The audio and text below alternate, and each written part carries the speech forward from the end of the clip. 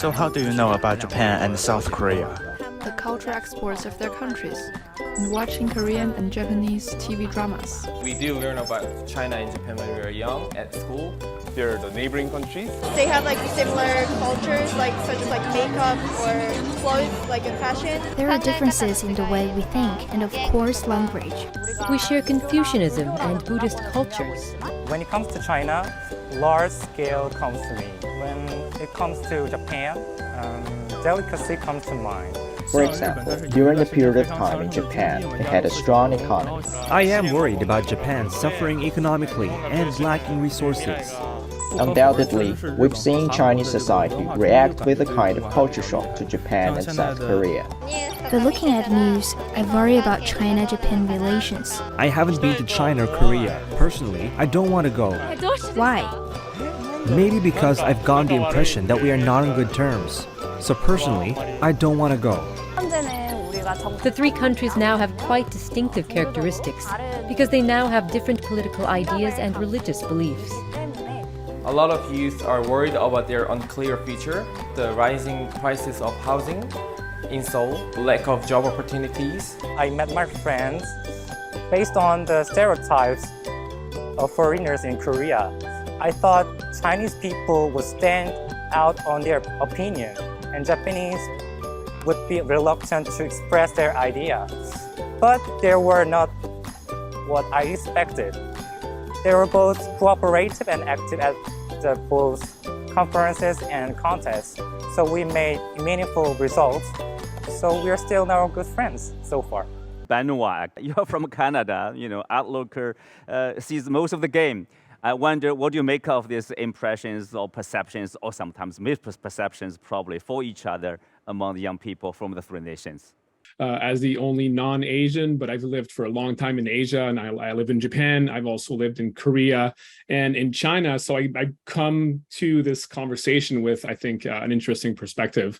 As a lot of the guests have said today, there are a lot of similarities between the three countries. Historically, they've all had tremendous influence on each other.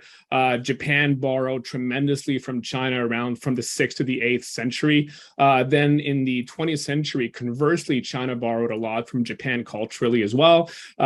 Korea, as a country that was both a tributary of China and then a colony of Japan, was also heavily influenced by its neighbors. So we see it today in several fields, right? We see the similarities between the three countries in terms of culture, language, arts, legal systems as well.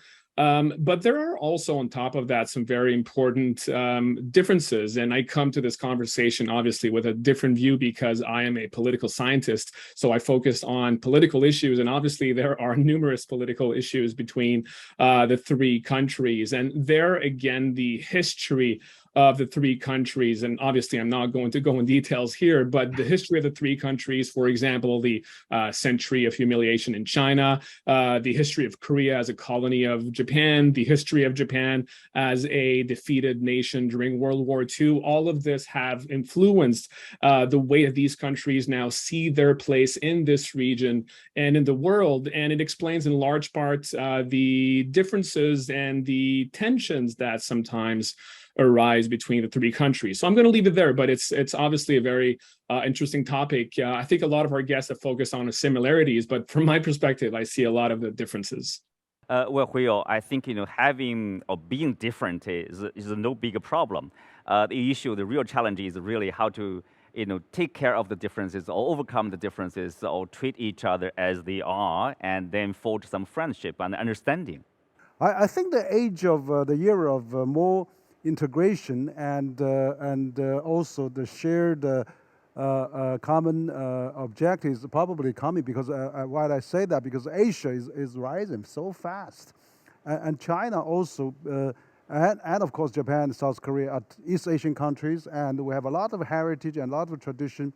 But I think young people are really going to be absorbed by this similarity of the rising Asia. And I say also with the modern internet and also social media, if we can set aside the political differences, you'll be really bonded more together, because we see that that China is the largest tourist origin for both Korea and Japan.